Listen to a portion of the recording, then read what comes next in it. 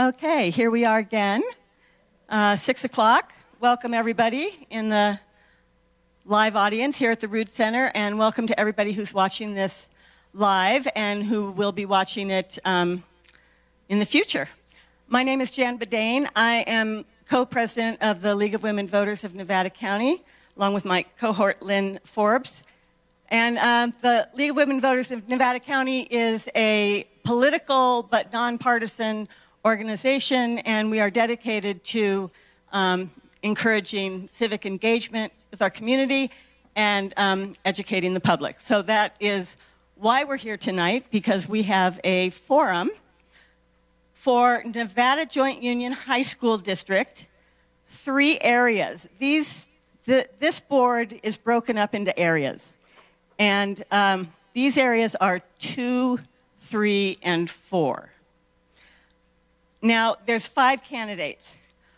Wendy, Jennifer is going to talk to you a little bit more about which area each represents. I just want to say that Wendy is running unopposed, and she may not even be on your ballot if you're in her area. But as a courtesy to her as a candidate, and also to the community so that they can understand who is representing them, we do invite candidates who are not being challenged. So that's why there are 5 candidates and not 6. I want to tell you so many things about the resources that we have available at the League of Women Voters, and I'm not going to do that because we have a lot of questions to get through and a lot of candidates. What I'm going to tell you is that if you go to our website, www.lwvnevadacounty.org, you're going to find a lot of information about everything voting and everything with the upcoming election. So please go there. It's a huge resource, and we're quite proud of it. You'll also be able to find a recording of this there, as you will be able to find a recording from the forum that we did with Nevada County Board of Education, our pro and con presentation that we did last night. Tomorrow night we have NID, and on Monday via Zoom we have Grass Valley City Council. So anything you want to know about that, go to our website. At this point, I am going to turn it over to Jennifer after thanking our candidates so much for coming. Jennifer Granger is our moderator tonight. Jennifer is a longtime League member, a local attorney, and one of the best moderators around. So I hand it to you. Thank you, Jen. All right. Good evening, everyone. Thanks for coming out. And candidates, thank you as well. So just to introduce the candidates, we have one candidate, Wendy Willoughby from Area 2. We have 2 candidates from Area 3. That's Kelly Clark and Jeffrey Nelson. Then we have 2 candidates from Area 4, Andrew Klein and Itara O'Connell. Thank you. So far, so good. Okay. So just to go over the rules a bit, each candidate has a 2-minute opening statement. We're starting with Ms. Willoughby tonight. Prior to going live, the candidates drew numbers, and it worked out that Ms. Willoughby goes first, followed by Ms. Clark, Mr. Nelson, Ms. O'Connell, and Mr. Klein. And then the closing statements will be reversed. Mr. Klein will go first, and so on and so forth. Then we'll start the questions. Ms. Clark will go first, followed down the line by Ms. Nelson, Mr. Nelson, Ms. O'Connell, Mr. Klein, back to Ms. Willoughby. So each candidate has a minute to respond, and they each have an opportunity to give a rebuttal up to 2 times during the questioning period. So with that, if Ms. Willoughby, you would like to start with your 2-minute opening statement, please. Education. I would bet that most people feel that education is a worthy endeavor. The idea that all people deserve the opportunity to learn the basics of societal existence, like reading, writing, and math. But even more than that, to learn how our world functions, science, how we came to be where we are, history, and how we can do better in the future, social studies. Like many of our country's entities that are set up to engage community members, our educational systems have elected officials, or in this case, board members. As elected officials, we are unique in that we are brought to serve by adults, but in fact, our end users of our service are kids, those that do not have a say in who sits in those seats. I think often folks can lose sight of the purpose of being an elected position. These roles are referred to as public service or serving the community. We must always remember that our job is to do the most good for the most folks in the constituency we serve. For us school board members, that group is broader than just the people that voted for us from the area in which we live. We must also be there to support the efforts of the experts in the field, our superintendent and their staff, our teachers, site administrators and staff that spend their days and make their livelihood doing the important work of educating the next generation. It also means that we need to spend some time and effort talking to kids and to teachers, understanding the specific challenges they faced, not perceived problems, but actual issues with all the intricacies they include. Issues to which the solutions are complicated and often require difficult decisions. We must seek understanding of these challenges and the complexities of the system as we focus on making things better for kids, for schools, bit by bit. I believe that the purpose of education is to help create, most often in partnership with parents, contributing members of society and communities. It is in that spirit that I serve our high school district. Thank you.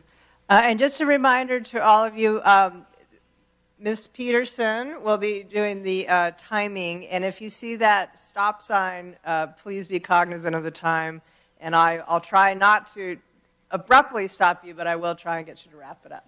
Okay, thank you. Ms. Clark? My greatest fulfillment, raising my 3 children in the Nevada County schools, is what now propels me to run for the Joint Union School Board. I want to support the roles of parents and children as they navigate the experiences of public education. As I supported efforts in the classroom, choir, sporting events, and many other activities over the years, I gained a broad perspective that aids me in my endeavors today. Ms. Clark, I'm sorry to interrupt you, but can you speak into your microphone more? Okay. Thank you. For more than 30 years, I have volunteered as a mentor for teenage girls 2 times a week, which has given me a unique outlook of the struggles faced by today's youth. I have gained a broad perspective and skill set that helps me work well with many people and hope to make a difference with a challenging school budget crisis. Parents and students will have a listening ear as we navigate these challenges together. I feel it imperative that students and their parents are listened to in an environment that most heavily affects them, education. Thank you. Mr. Nelson? Hi, my name's Jeffrey Nelson. I'm the sitting Area 3 NJUHSD board member. I'm also a dad of a former Godoti student, a 20-year-old daughter who's now at CSU, and I currently have a senior at NU. My friends would kind of, I think, lovingly refer to me as a joiner. Kind of everywhere I go, I try to find a way to pitch in. And when I first moved up here about 10 years ago, that was various mountain bike teams. About 7 years ago, a friend of mine lured me onto the board at Sierra Academy of Expeditionary Learning, and I got a window into what it's like to try to run a school of about 200 kids and a dozen teachers and various staff. My day job is actually as a construction executive. I travel all over Northern California and build hospitals. I don't know if any of you know the big Sutter Hospital in Midtown Sacramento, but that was one of our more recent ones. And I'm a vice president for the California division of about a $1.3 billion construction company. So I've been involved in a lot of really complex finances and a lot of really complex personnel and HR issues, and I have never, ever seen something so complex and delicate as the running of a high school district. The 19 months that I've been on the board at NJUHSD have exposed me to just really, really challenging issues. And I think that what I try to bring to the district is a perspective, a 10,000-foot perspective, because I'm not an educational expert. I'm not a teacher. I'm not a school administrator, but I am a dad, and I do have some knowledge of big organizations that try to challenge complex issues. And I know the importance of setting the culture, supporting the experts, and being a really, really good listener. So I hope to do more of that. Thank you. Thank you. Ms. O'Connell? First, I'd like to thank the League of Women Voters for putting on this important forum. And I'd like to thank you all for coming to participate in this important process. I'd also like to thank my predecessors for creating an awesome array of educational choices for our students and families. The more I know about NU, the more I am amazed at all that's been accomplished in this school district. I'd also like to thank the Nevada Joint Union Teachers Association for their endorsement. I'm very proud of that. I am Itara O'Connell, and I am passionate about public education. I want to protect and fully fund public education and the education of the Nevada Joint Union students. My mother was a teacher who instilled in us the importance of education and the joy of learning. I have served as a classroom teacher, caseworker, group home manager, supported living instructor, foster youth life skills instructor, and dedicated 20 years of my professional career to educating those with disabilities. I hold a standard and special ed teaching credentials. I'm running for trustee of the Nevada Joint Union High School District because I believe that public education is a cornerstone of a functioning democracy and an essential part of our community. I care deeply for the mental health of our students, which is critical toward their academic and vocational success. Having been a teacher myself, I have a deep understanding of their daily challenges. As a board member, I intend to support the well-being of our teachers, students, as well as the district's need for a healthy budget. Thank you. Mr. Klein? Hi, thank you for coming. Thank you, League of Women Voters, for putting this on. This is a great format, and thank you for the platform. My name is Andrew Klein. I'm a business-minded optimist and a census builder. I own a construction company licensed in 47 states, a small development company developing some of our first projects right now, and I'm on the board and help run a nonprofit where we do construction management for other nonprofits all around the world in places like Sierra Leone, Iraq, Chile, Latvia, Indonesia, and Mexico. I'm running for the board for a couple of reasons. One, my 7-year-old daughter will be in high school in 7 years, and I want her to go to a solvent, high-functioning school. And number two, I'd like to lend my experience running tight $40 million budgets to the board. I think there's too much polarization in this country. I'm not here to polarize. This is not a political matter, it's a pragmatic matter, and I feel like we need to balance the budget, and that's very important. I know that the current board has done a wonderful job with the budgets they were handed to, and I know that the next 2 to 4 years is going to be imperative to really balance that budget so we have the next 20 years of school and the budget ironed out. According to the grand jury report in 2022, before the sitting board members were on, and the FICMAT this year, the school will be insolvent in 2 years without some major changes. I think I'm the guy to help navigate those changes so we can continue to empower teachers, build our program offerings, and make sure our kids graduate and become contributing members of society. Thank you. Thank you. Okay, so we'll start with our questions. Ms. Clark, we'll start with you, and then Mr. Nelson, and down the line, and ending with Ms. Willoughby. So the first question is, Ms. Clark, how can the district board support and retain high-quality teachers and staff? To retain them, you need to make sure that they have the means they need, the classrooms, the programs that are in the schools, and the pay is, the pay is pretty good. And that's a tough question because they always want more.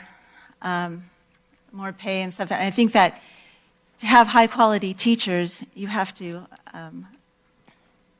establish a good foundation in the schools. Thank you. Mr. Nelson? Yeah, a school district is actually, it's a very different kind of animal, but it's actually a lot like other businesses, right? If you want to attract and retain the highest quality people, you need to pay them well. And then you also need to make them feel respected when they're at work. And I would say that when Wendy and I and a couple other people first came onto the board almost 2 years ago, there was a lot of talk between the teachers union and the administration about respect and disrespect and perceptions of that. And even though we are strapped for cash and we really can't do things like hand out big raises, we have done a really good job, I think, of being much more transparent about the data, much more transparent about the issues facing the school district, and investing in the teachers in those problems so that they understand that we're doing the best we possibly can. In a perfect world, public school teachers would be paid a hell of a lot more. This is not a perfect world, and we just need to strike that balance, make them feel respected and make them feel as well paid as their peers in nearby districts. Thank you. Ms. O'Connell? Yeah, my heart is with the teachers. My mother was a teacher. My brother is a teacher. And I really feel strongly that teacher support and teacher respect is really important. One of the things that's happened in our society is that some of the teachers have been put down and not really respected in the way that they used to be. And I think that's an important part of our social network, is to make sure that teachers feel supported. The other thing, of course, is pay. The other thing, of course, is administrative support, that the teachers need to feel that the administration has their back and helps them with the small issues that they want to make changes, that their changes are considered, that their input is considered. And these are all things that contribute to a happy and healthy working relationship with teachers. So I'm a strong supporter of teachers. Thanks. Thanks. Mr. Klein? Yeah, to retain teachers and employees in general, usually pay is usually number 2 or 3 on an employee's list of things. But I absolutely believe that it's imperative that we pay them a livable wage. That's important. They need to be able to support themselves, build homes in the community, or have homes in the community, and be happier overall. Happy teachers work harder, and they invest in our kids more, and that's what we want overall. I love our teachers. I think they're doing a great job. I think they deserve more pay, and I think that the current administration is doing a good job of keeping their culture where it should be. And even though they didn't endorse me this time, they will next time. Thank you. Ms. Willoughby? Yes, thank you. Support and retain, I think really the key there is the word support, right? If you feel supported, you will stay. And so how do we do that when we can't pay the biggest or the best salaries out there? We can do our best to find a budget that prioritizes that, absolutely. And beyond that, to create a sense of connectedness. I think Mr. Klein is correct that pay is not always at the top of the list. And so working really hard to listen to those teachers and listen to what their challenges are and address those. Many times those don't require money. They just require a heart that's listening and understanding and doing the best that we can to make things better, whatever those things might be. Building a team and making them feel, everyone, staff and teachers, administrators alike, that we are all in this together and we're in this together for the kids. Thank you. Thank you. Okay, the next question, we begin with you, Mr. Nelson. The question is, the career and technical education and other electives, music, arts, media, are currently in danger of being curtailed and or cut due to budget constraints. Are there solutions?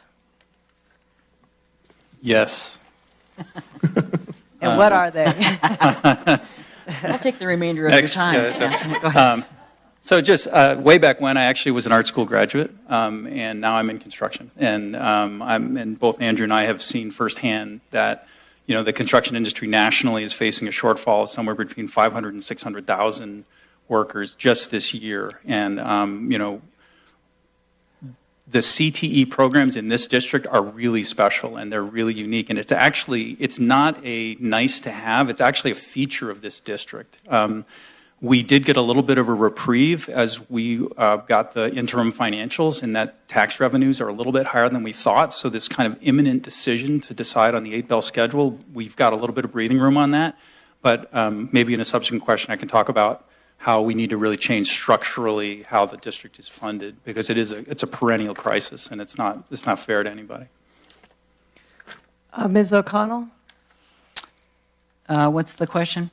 The question is that CTE and other electives are currently in danger of being cut or curtailed due to budget constraints. What would you propose as solutions to that problem? Well, I know this is such a really popular program, and I know that everybody in the district is going to do absolutely anything and everything that we can to make sure that we keep this program.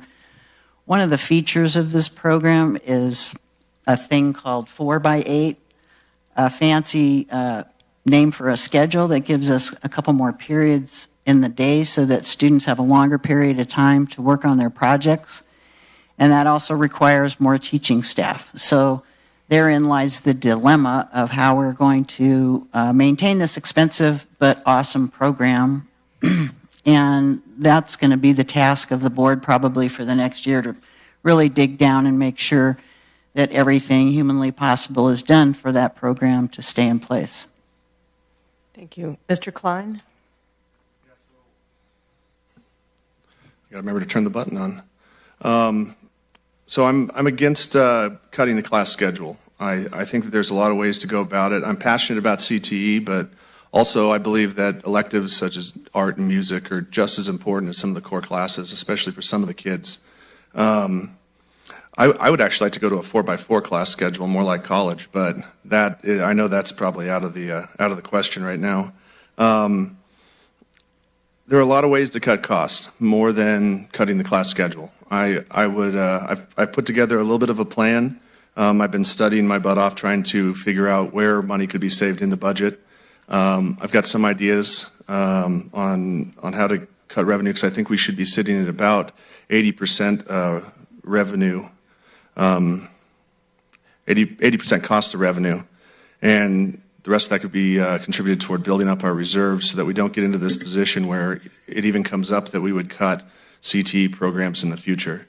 61% of kids don't go to college, and we need to have the CTE programs to prepare them.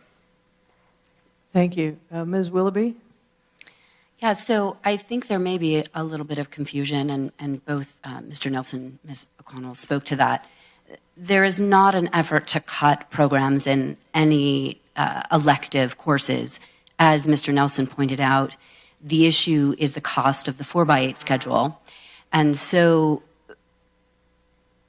I don't believe that anyone on the board and the majority of the staff and teachers are in favor of changing the bell schedule. It's a matter of, as Mr. Klein stated, finding the dollars to be able to afford offering 8 periods a day instead of 6. And so as you can imagine, having 8 chances to choose gives you more opportunity to try different things than having 6. But if we are at 6, no one's cutting CTE programs, no one's cutting arts programs or performing arts programs. There will just be fewer times and options for kids to choose from, but those things will exist.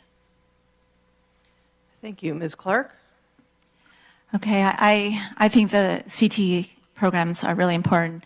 So are the visual and performing arts and sports and all those things that bring the students to school. Some of the students are compelled to come more because of that. And then, in turn, they get the core academics. As far as finding a way to save them, I agree with Andrew, looking at the budget, looking at where you can make some adjustments, really have to analyze that that has to be looked at. Just yesterday, I was talking to an NU student, and I was asking her what her favorite class was, and she said it was the culinary arts. And she said if it weren't for that, she would not like school. She plans on becoming a chef when she graduates. So I know how important that is. Okay, thank you. Okay, so moving on to our next question, and Ms. O'Connell, you'll answer first. What are the top 2 priorities that you would like to accomplish during your time in office, and how will you go about achieving them? My top priority is to protect public education and fully fund our schools. Our legislators can play a part in fully funding our mandates. So what we have is underfunded mandates in the school. We get $40 to every $100 that we spend, which creates a burden on our district and the budget. So that would be an avenue that I would look at, that we should be getting money from the federal government to fund our mandated programs. Thank you. Mr. Klein? That button's going to kill me. I'd say my top 2 items are a balanced budget and well-paid teachers. There are ways to increase revenue, but there are slim choices. So I think that balancing the budget within the means that we have right now is going to be top priority. And fitting well-paid teachers in there. They need to be happy. They need to be working hard and for the benefit of our kids at the end of the day. Okay, Ms. Willoughby? Just to echo, fiscal stabilization is clearly a top priority, I think, for everyone at this table. And for me, I think what goes along with that is this idea of building a team, that we all are in this together, in finding the ways to tighten our belts, have conversations with legislators about how we can shift funding models so that they more match what the needs are of schools, as well as how do we create a team with our teachers and our students and a culture between the district and the sites so that we are all in this space of doing everything we can to provide the best education for our students. Ms. Clark? Okay, I'm going to agree with the whole budget thing. I think if you don't have the balanced budget, then you won't be able to, the students would not be able to participate in all of these wonderful classes. Also, what I feel is very important is to bring the teachers, the students, and the parents together, working together to help. And I think when you have those 3 together, they have the most success. So I want to see a cohesive relationship with those 3. Okay. Mr. Nelson? Yeah, I'll speak to 2 things. One is just really expanding the partnerships that support the CTE programs. We have wonderful partnerships with local businesses and community organizations. We can spread those partnerships all the way down to Sacramento. We've already started to do that and beyond.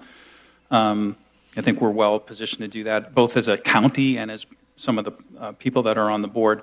And then the second I just want to speak to is we have a basic literacy problem of incoming 9th graders and this learning loss that happened during COVID, and it's showing up everywhere. Math, history, social studies, expulsions, suspensions. We need to figure out a way to partner with the feeder schools before kids get to the high school so that we can help to solve some of these problems. Okay, thank you. So Mr. Klein, you'll start with this next question. Students and parents have expressed a need for anti-racist and supportive environments for those who identify as members of the LGBTQ and Black and Brown communities. Do you agree this is necessary? Why or why not?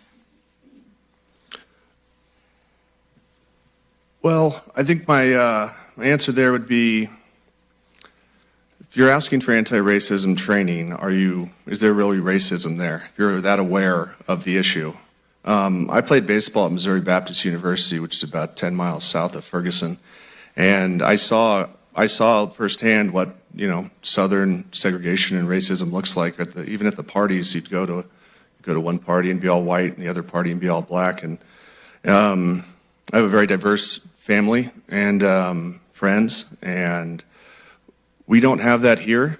And I haven't seen it in Northern California, and even in my diverse family. But I would never say no to additional training if the funds allow it. Okay. Thank you. Ms. Willoughby? Yes, so discriminatory harassment and bullying is still prevalent on our high school campuses.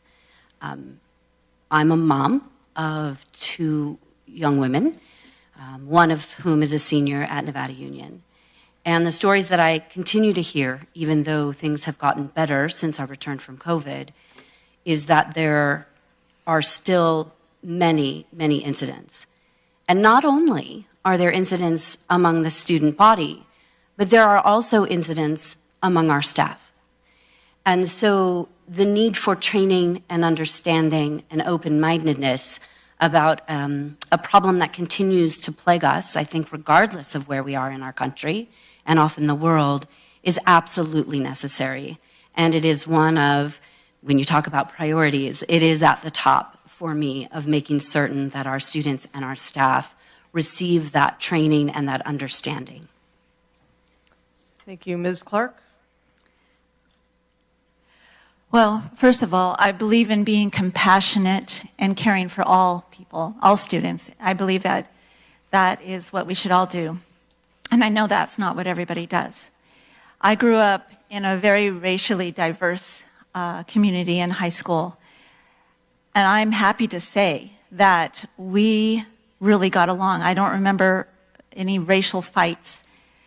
Maybe we were not the norm, but we instead looked at our common interests and all the activities we participated in, and we had a great time. So I feel like some of the best ways that you can take care of that bullying and everything is to treat each other already that like you're the same, and have a conversation with your family. I don't, and as far as the training and everything, we never had training, and we got along. Thank you. Mr. Nelson? I think the training is just like, it's one of those kind of easy button things you can point to. The only barometer that really matters to me is the students. And if you go back 2 years ago, when we were basically having to use the Bear River Auditorium because we had hundreds of people coming to school board meetings, what were those meetings about? They were about kids feeling bullied, harassed, racist taunting, gay taunting. There was a much larger problem at that time, but I think Wendy's right. There still is a problem. My whole goal as a leader in this organization is to normalize the conversation around mental health, normalize the conversation around LGBT issues, normalize the conversation around all of the normal things that happen in our society, right? And I'm supportive of training because I think we just need to keep normalizing the conversation. Ms. O'Connell? I think this is extremely important. Inclusion, equity, and understanding are very important in our students' lives, feeling included, feeling accepted, and of course, the obvious bullying and things like that. But this program has to do with our unconscious biases, and that's something that I need to work on myself. First, to see that I'm literate in what's going on in my unconscious biases and why I might make certain choices that are more comfortable for me, and who's at the table and who's included in making decisions about what's going on. So I think all of these different layers, the teachers, the administration, all need to be up to speed on our unconscious bias and how we can make sure that we factor that in when we're making decisions and helping our kids develop in healthy ways. Thank you. Ms. Willoughby, you answer first this next question. What do you see as the role of students and student voice in directing the decisions and goals in the district? I love that question. So, again, being a mom of two young women that went through the district, and I too went through the district, as did my mom, student voice should be at the top of everybody's list. As I mentioned in my opening statement, they are our end user, right? We are elected to serve kids. You ask us to do our best for these kids. And how can we do our best if we don't know what they need or where they are or what's a challenge for them?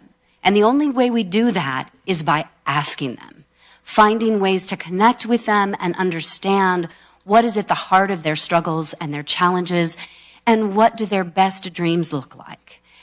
Student voice could not be more important, and quite frankly, the kids that I deal with every day are going to change the world, and we just need to be coming along for the ride. Thank you, Ms. Clark. Yes, very important, student voice. As a mentor for many years with teenage girls, I'm able to see as they've taken the reins in organizing activities, fundraisers, they have learned the most and they soar. So I think it's very, very important. I think that the students are just like us. They just lack experience. So giving them the experience will help them grow tremendously. Yes. Thank you, Mr. Nelson. Does anybody really have a counter-argument of listening to student voices? These are not like 8th graders or 6th graders. These are like 16, 17, and 18-year-olds. We happen to have just an incredibly talented student trustee on the board, Sean Chilton. What he adds to our, sort of adult debate, he calls us adults, and it's embarrassing, is incredible, right? And I think everybody's right. We have to listen to the kids. Obviously, we sit in a different position as adults in that we need to make kind of decisions at an adult level based on some experience that we have, but I think there's just no arguing. I would say the next best thing to actually having direct student input is the teachers who spend every single day and every single hour with these students are also the next best thing to understanding what is it the students really need.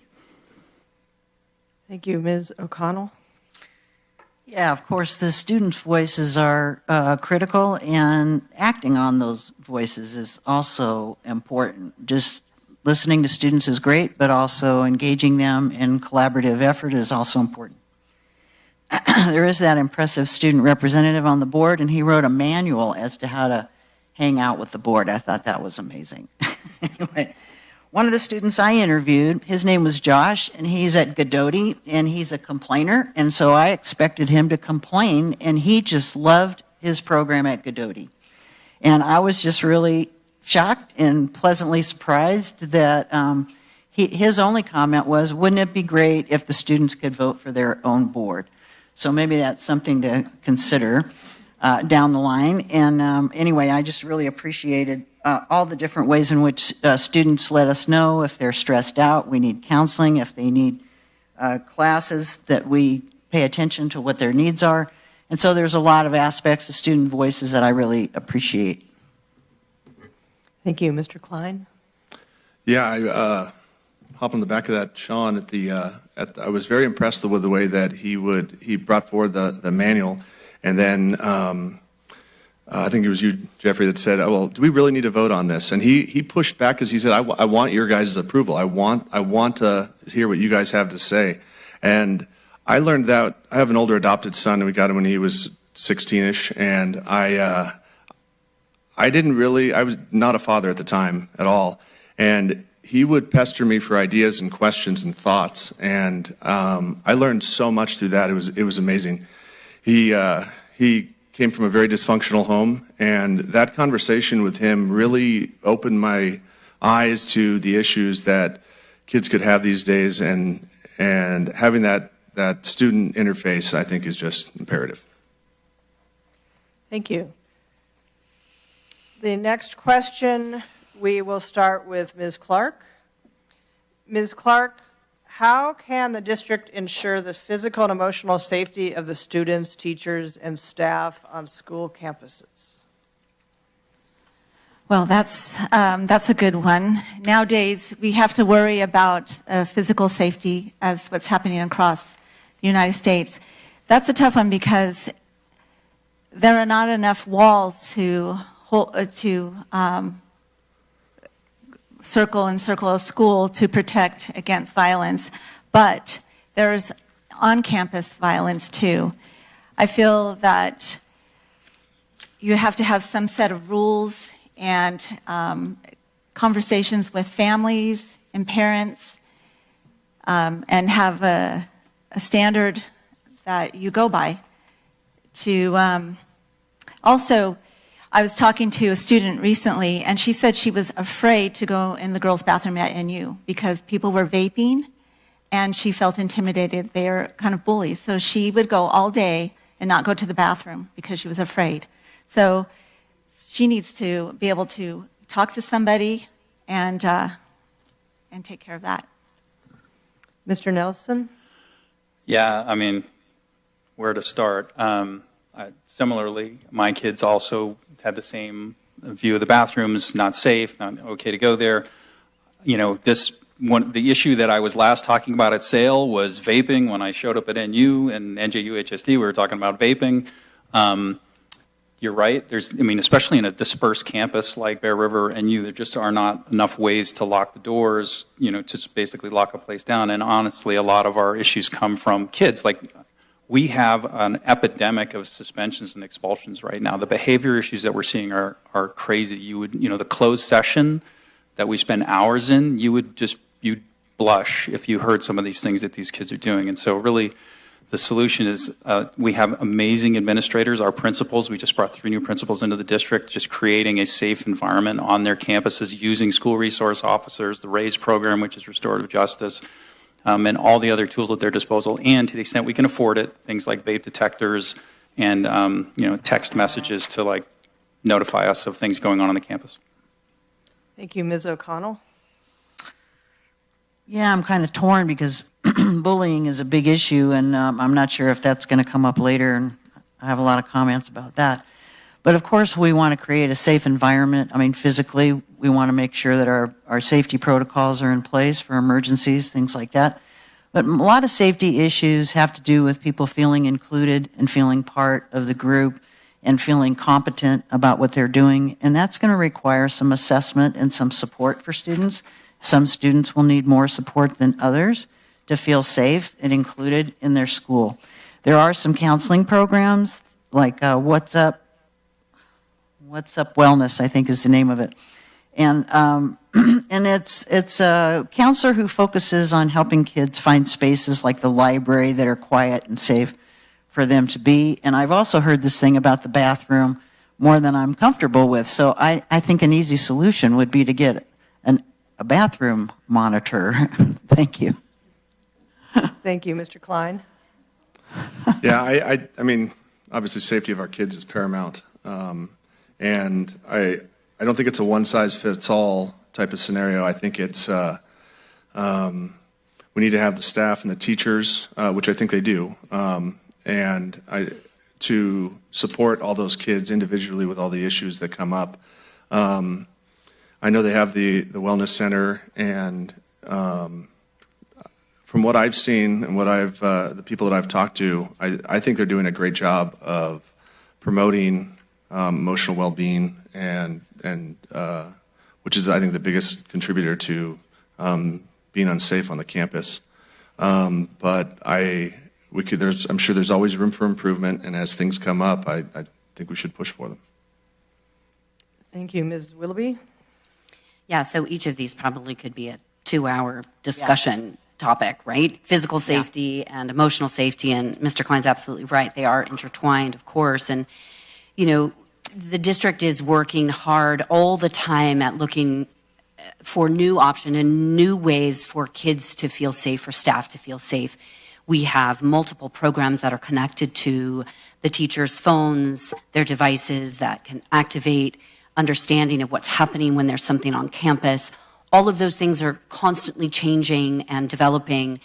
And so I'm super proud of our administrators for doing that sort of thing. And the kinds of things that we're talking about, anonymous reporting of lack of safety issues, vaping in the bathroom, vaping anywhere.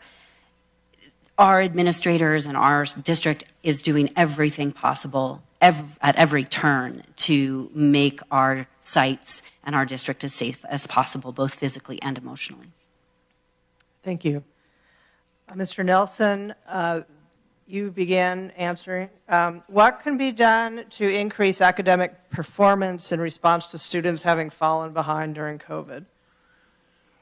I'm sorry, repeat the last part of the question, in response to? In response to students having fallen behind during COVID. Oh, yeah. So, I mean, I'll just kind of continue on what I said earlier is, in talking with the teachers, one of the big uncharted territories is how we reach out to the feeder schools, the elementary and the middle schools, to basically help that pathway of those students that come to the high school. By the time we get these students at the high school, it's just very difficult to reverse, several years of learning loss.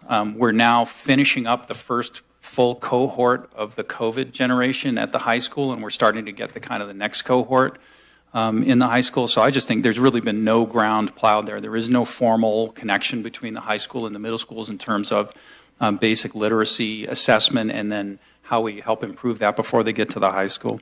And the other thing I would just say is the basic issue also at the high school is just creating a safe environment so that kids can learn better. Like if you are not focused on safety, well-being, emotional well-being, you're not going to get too far with all the academic goals. Thank you, Ms. O'Connell. Yeah, academic performance is definitely an issue. I think that there is some tutoring going on that's helping students, and I think families and teachers are helping with that. I tried to get a hold of a teacher today who was tutoring, and I was shocked. I mean, like, after your day of work, you're now tutoring kids. Anyway. Individualized assessment is what's needed to kind of figure out where this person is at and what their needs are to catch up. And there's many ways to do that. There's all kinds of support systems in the community and in the school. And also making sure that their physical safety is taken into consideration. Do they have food? Do they have lunches? Do they have breakfast? I mean, all these things help your academic performance. So I would just say a holistic view at what we might do with peer tutoring and also teacher tutoring. Thank you. Thank you. Mr. Klein? I would say a lot of those, the academic performance is basically judged by standardized testing, from my understanding. And that test is taken at one period of time in the student's life, and you don't know if they had breakfast that morning or had a good night's sleep. I don't think that's kind of a one-size-fits-all solution or judgment on their scores. I would propose that to graduate, we should raise those standards a little bit to graduate, and you should either be an A through G student, which means you take, I forget the exact requirements for A through G, or a CTE completer. And right now we only have 13% CTE completers, and 37% of our kids are A through G. I think if we raise the graduation standards and we require them to either go through all those classes and get C's or better, or be a CTE completer, I think that would fit most kids' needs. Thank you.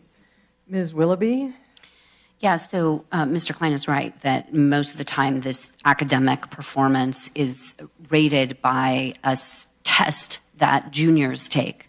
Only one grade of kids take these tests, and they haven't taken them since they were in 8th grade. So keep that in mind when you're thinking about test scores. What Nevada Joint Union High School District is been working on for many years, and it is even more imperative now after the learning loss of COVID, is a program called Professional Learning Communities, where teachers of the same department, and so all the math teachers, all the art teachers, they are creating assessments for their kids that track each and every child and where they are with regard to standards and the outcomes of the learning. And that kind of specific, pointed assessment is how we get through this point in time with our kids. This is how we help them get ahead. We have to know where they're behind so teachers can address that. Ms. Clark? I agree with Ms. Willoughby. I think that that they need to be somehow analyzed, and so that the teachers know where they are. And so if we have not analyzed them, how can we improve on it? So that has to be have. There's Maslow's hierarchy of needs says that your needs start out having to have your physical needs met first. So some people, it's air, water, sleep, and all that. And then you go to your safety. And each of those steps up to self-esteem and self-realization, actualization, those steps to that along in your education really impacts how you're learning. And so once we have those taken care of, then they can learn well and improve on that. Thank you. Next question, Ms. O'Connell, you begin. Does the school system or should the school have a red flag protocol for handling students showing instability who are seen as potentially violent? Yes. Okay. And I think this is all what we've been talking about tonight, making sure that students feel included, making sure that students are up to grade level. These are things that make a student feel uncomfortable and want to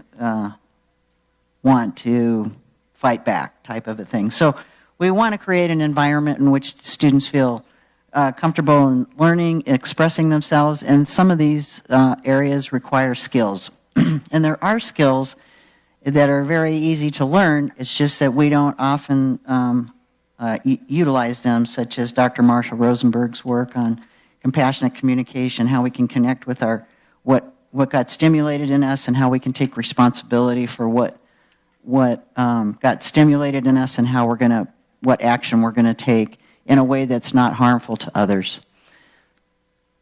Okay, thank you. Mr. Klein? Yeah, from what I've heard, we do have a system in place similar to that. And so I think it goes, one thing I heard when I was talking to a group of teachers is they felt like they could use more training in recognizing that type of issue in a student. And so I would say that, yes, we should have a red flag type system, a reporting system, but that we should empower the teachers and they should work closely with the parents to help mitigate those issues. Thank you. Ms. Willoughby? Yes, I would echo that, Mr. Klein, for sure. The high school district and each of the sites has amazing relationships with the SRO and the sheriff's office, and we have an officer that's on site there, the resource officer. And that the relationship that we have with those folks helps us identify anyone who may be falling into that red flag area. The other thing that I think we need to normalize, Mr. Nelson talked about normalizing conversations, is when you see something, you need to say something. Right? We hear that, it's sort of a colloquialism now, but in fact, if we as staff and educators and kids all embraced those moments, when we think about what the follow-up is to an incident that may happen, there's always those folks that say, I kind of thought. Well, if the kind of thoughts would actually say something, it could help us really minimize the effect of some of these kids. Ms. Clark? Yes, absolutely have a red tag for sure. When I was in high school, I had a little bullying experiment done on me. Excuse me. And I essentially got beat up from somebody I didn't know. And it was the students that came, and the other students that came and saved me. And so we are having to rely on the other students to speak up, stand up, and hopefully they'll learn that from maybe having a conversation with the staff and their parents, talking about what to do in case there's a situation like that, because it's a brave thing for someone else to come and save someone. So I think that the students have a responsibility. Thank you. Mr. Nelson? I think there's a lot of agreement up here. I'm going to just offer like a story to help color this one out a little bit. We looked at an expulsion issue about 4 or 5 months ago of a student that made some violent threats on social media against another student. We were basically expelling the student out of the district. When you actually dig into the file, what you find is that student was the subject of merciless homophobic taunting and bullying. Does not excuse their behavior, didn't really change the outcome. We had to expel them. They basically expressed violence with a weapon. But unless we can actually really reflect on why some of these incidents are happening, we're not actually going to get to the root cause of them and actually help minimize them. So yes, I think a red flag protocol is fantastic, but I also think a really good mining of data as to why are we seeing expulsions, why are we seeing suspensions, and then addressing that is also important. Thank you. Mr. Klein, this question you begin. Please tell us the main responsibilities of a board member of the school district and what qualifications do you bring to this position? I remembered the button. The first qualification is they need to remember to turn their microphone on when they're speaking. And then, there's the qualifications of a board member, I think, should include, empathy, an understanding of how children tick, a understanding of a large financial scale. This is a large budget. It's $36 million. Learning the impacts of what mismanagement of funds will do to kids and to programs. I think it's imperative that board members speak up, speak their mind, and I think that a board should have differing opinions on it. I think that they should have a diverse group of people and have wonderful discourse. That's what our country was built on, and I think that really gets down to the meat of the issue every time when you have multiple different types of input on a committee. Thank you. Ms. Willoughby? I think if you'd asked me this question 2 years ago, my answer might be a little different. Of course, we all bring our skill sets, the things that we know how to do or have done in our professional lives to the table. And that's the beauty of having 5 individuals on a board and not just one, right? That you get all of these different perspectives and these different lenses that are brought to the work. But I think truly the most important thing for a board member, for a school board member, is to come with an open mind, to come with a desire to continue to learn, that we are also learning about the system, about the way things work, about those whom we are helping to govern, which means we have to want to engage with and be challenged by kids and what they need, by teachers and what they need, and by administrators and what they need. And that our biggest thing is that we need to understand how important it is to support the superintendent. Ms. Clark? Would you mind asking that question there? Yes. Please tell us the main responsibilities of a board member of the school district and what qualifications do you bring to this position? Okay. So I bring a qualifications. Well, first of all, I've worked very well with students. So I have that. I have the history of over 30 years of working in, as a mentor for 2 days a week with teenage girls. So I get along very well with other people. And like was mentioned before, it's really important as a board to be able to work together, even if you have different ideas. That's very important. Also, I have experience managing my father's estate. I'm the eldest, I'm the executor and the treasurer, the trustee, and I'm the oldest of 6 siblings, and I have full cooperation of them. So I can bring that to the board. Mr. Nelson? I'm going to take those responsibilities first and qualifications. And a really, really simple explanation of the responsibilities of the board is it's our job to hire, retain, coach, and if necessary, fire the superintendent of the district. Full stop, right? And then I would say beyond that, our job is to clear the brush, clear the noise to allow the administration and the teachers to actually assess the problems, suggest solutions, bring them to us for our opinions, really. What qualifications do you need? You have to be a great listener. I think it doesn't hurt to not be scared around big numbers. I think it doesn't hurt to not be scared around thorny HR issues of hiring, firing, and coaching. And And then it doesn't hurt to have, the ear of the teachers. And I haven't mentioned it tonight, but I also have the endorsement of the Teachers Association. So that's my answer. Thank you. Ms. O'Connell? I would say that my responsibility is to make sure that the district stays solvent and, of course, hold the superintendent accountable for the goals that he's trying to reach in terms of keeping our district solvent. And, of course, supporting the teachers, being able to work well on a team. And that's something I've done my whole life, so I'm very collaboration-oriented and team-oriented. As far as the students, staying focused on our students and having a great understanding of what the needs of the students are, the needs of the teachers, and the needs of the superintendent, and how we can all work together to keep our district solvent and our schools awesome. Okay, thank you. Okay, Ms. Willoughby, you'll answer this question first. Schools have an obligation to provide students with information and curriculum that offers multiple perspectives in all academic areas. Are you in support of ensuring all voices are represented in the curriculum?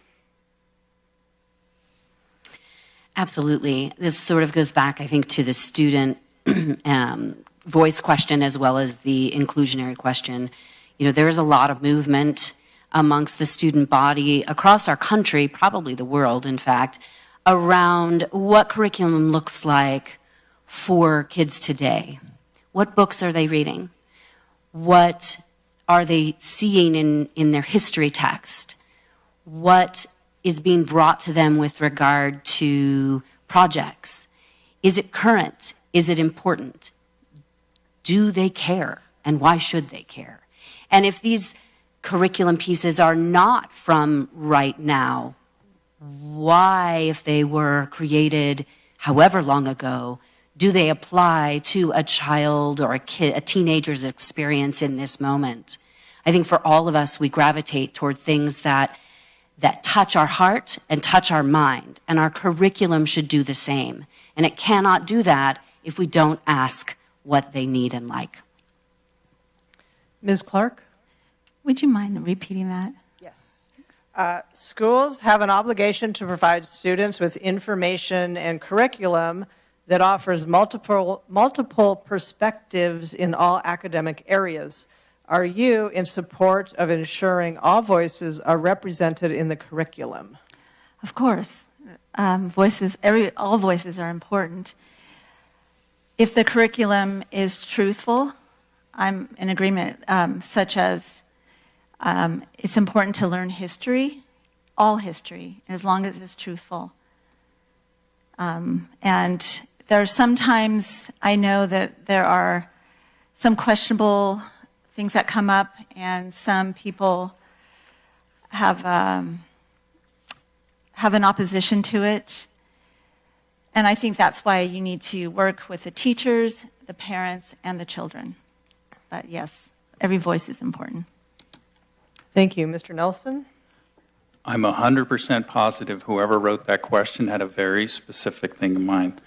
And what they're asking is, should we have explicit LGBT curriculum in the school? Should we have explicit trans curriculum in the school? Should we talk about racism in our history books? Just so everybody's clear, the way the process works is the experts, the teachers, propose the curriculum.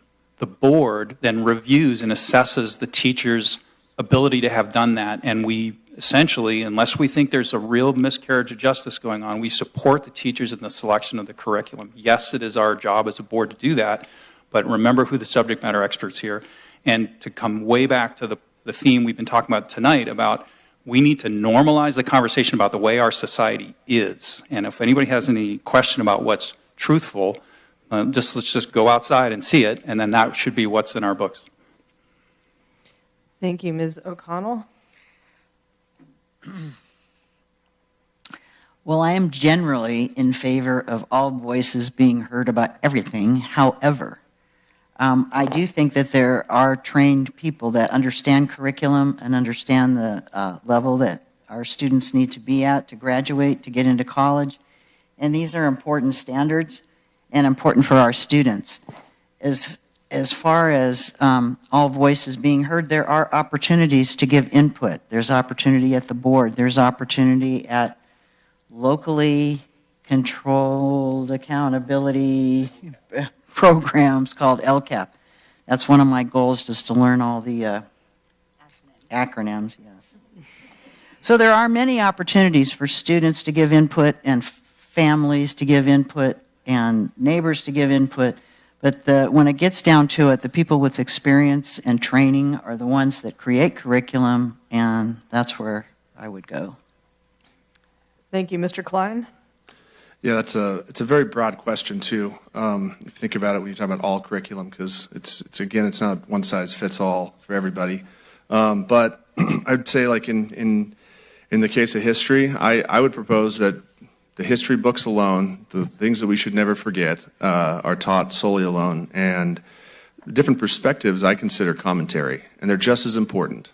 But I would say, first off, we should learn the basics of math, the basics of history, the basics of science. And the next step of learning should be commentary on those items. Thank you. Okay, this question is kind of a compound question, but I'll try and synthesize it a little bit. Okay, this goes to the question of declining enrollment. How do you propose protecting teacher jobs? How do you determine what gets cut from the budget, and what are your priorities? And Ms. Clark, we begin with you. Okay, declining enrollment. I think some of that is because a lot of children have grown up, families have left the area, and now we have more retirement communities. So that's what's happening. Also, there are a lot of students going to other schools and homeschooling.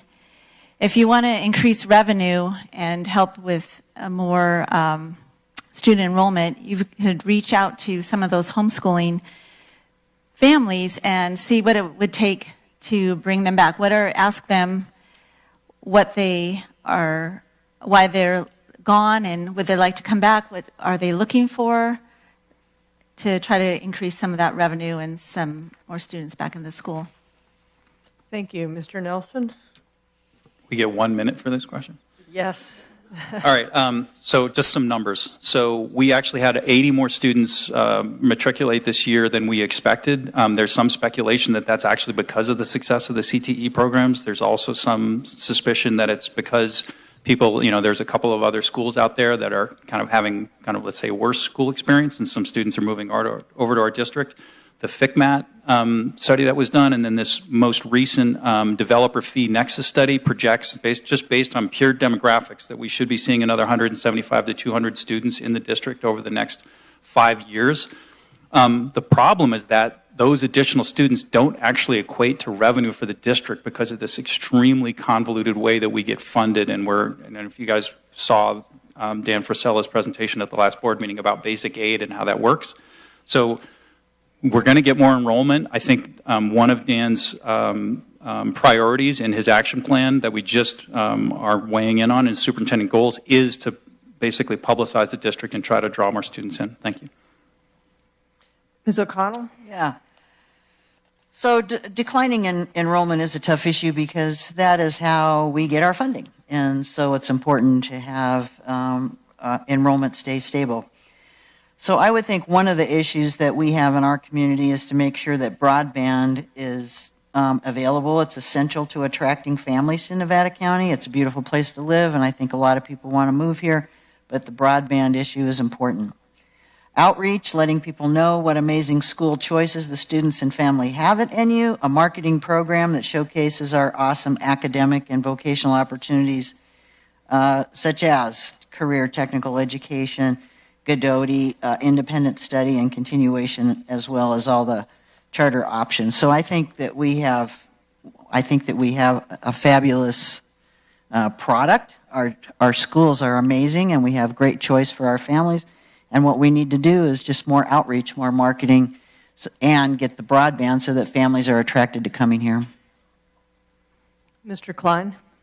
Yeah, Mr. Nelson already went over everything I was going to say on that, so thank you. But I'll just move over to, I'll echo everything that he just said. I see the increased enrollment this last year. The development study shows that it's going up. The FICMAT and the multi-year currently show it's going down, which is a good portion of that deficit.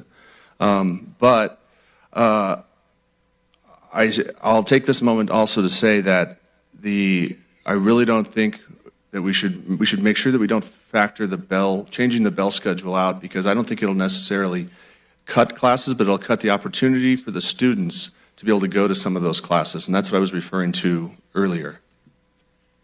Thank you. Ms. Willoughby? So much of what I would say has already been spoken to as well. You know, the idea of marketing and making sure that the success of our schools and the programs that we have and the diversity of those programs is out there in the community so that we can be the choice, that one of the schools in our districts can be the choice. I think when we speak about budget priorities, it's just like in your home, right? You have to choose where you put the money. And I think that most everyone would agree that the majority of our money, in fact, 83% of our budget goes to staff to pay for those humans that make that educational experience what it is, both academic and social. And so you have very little wiggle room when you look at that other small percentage and where you have to cut and adjust. And that's the gig, that's the trick, is to figure that out. And wherever that might happen, declining enrollment, as Mr. Nelson stated, is an issue, but we can handle it. Okay, thank you. Last question, and then we'll go to closing statements. We begin with you, Mr. Nelson. In the 2022-2023 school year, the school district scores on the California Assessment of Student Performance were only 47% proficient in English and 24% proficient in math. However, Godoti scored significantly higher. What are we going to do about our low scores, and are there any lessons to be learned from Godoti that can help the rest of the district?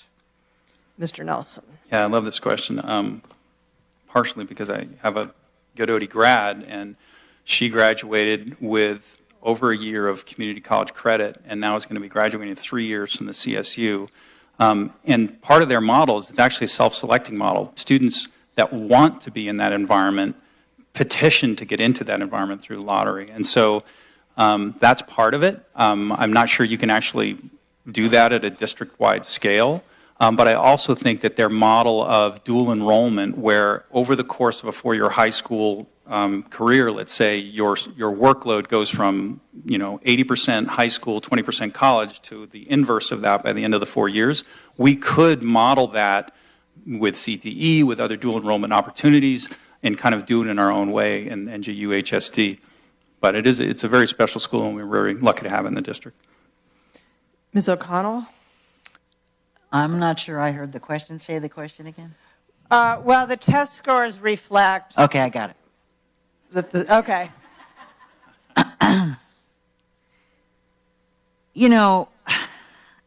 All of this has to do with, classroom size, teacher resources. I mean, one-on-one, we could help anybody do anything.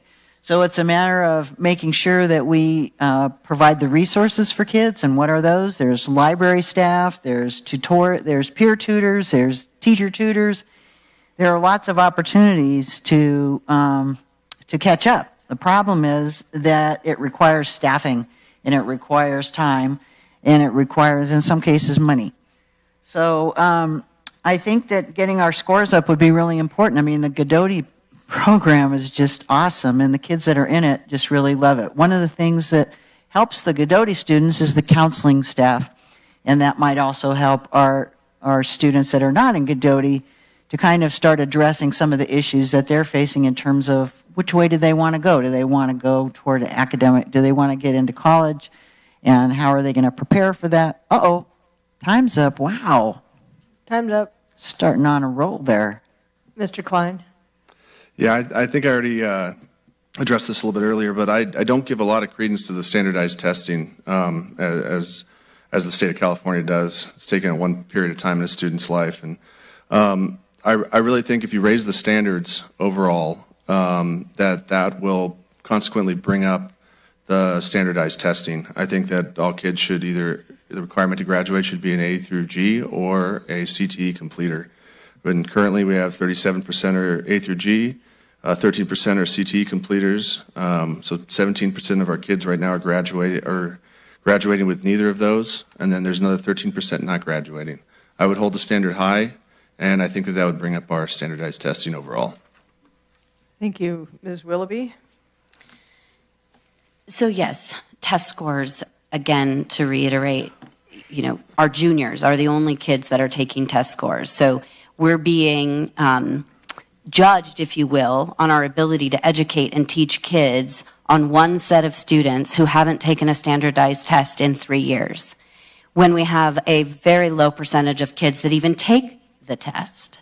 And so some of the efforts from our district and our administrators to show the importance of those test scores while still understanding that they are by far not the best nor the only way to understand how well our kids are educated, but is what we've got, right? The state requires these things, and so we have to do our best to encourage our kids to take them and do their best job on them.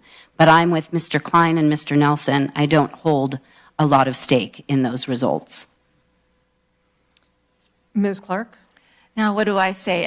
Everybody said something really good. I will have to agree with everybody that Godoti has high standards. I believe the students there have a desire to do well. I think those are the type of students that go there. And then I believe that raising the standards is really important, and also the test scores. It is right that they're being judged by those test scores. So I have to agree with everybody. There's not much I can add to that. Okay, thank you. Okay, now we've come to the closing statement portion of the evening. So each of you have 2 minutes for a closing statement. We'll start with Mr. Klein and work our way to the left. All right. I'm a father, a member of the community, and I love Nevada County. I want this county to succeed with a strong economy. I want kids to graduate and either get good paying jobs or go to college and then get good paying jobs. I want teachers to love to come to work. I want the staff of the district to love coming to work. I want everyone to buy houses and prosper in this beautiful area, and I want everyone to get along. To do this, we need a long-term, sustainable, balanced budget and a great education for our kids.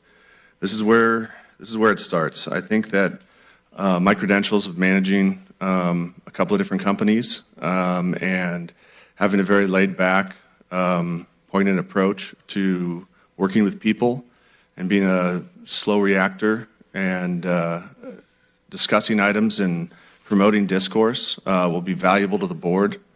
If I'm elected, I promise to work really closely with everybody on the board and come up with amicable solutions and work with Dan and the superintendent.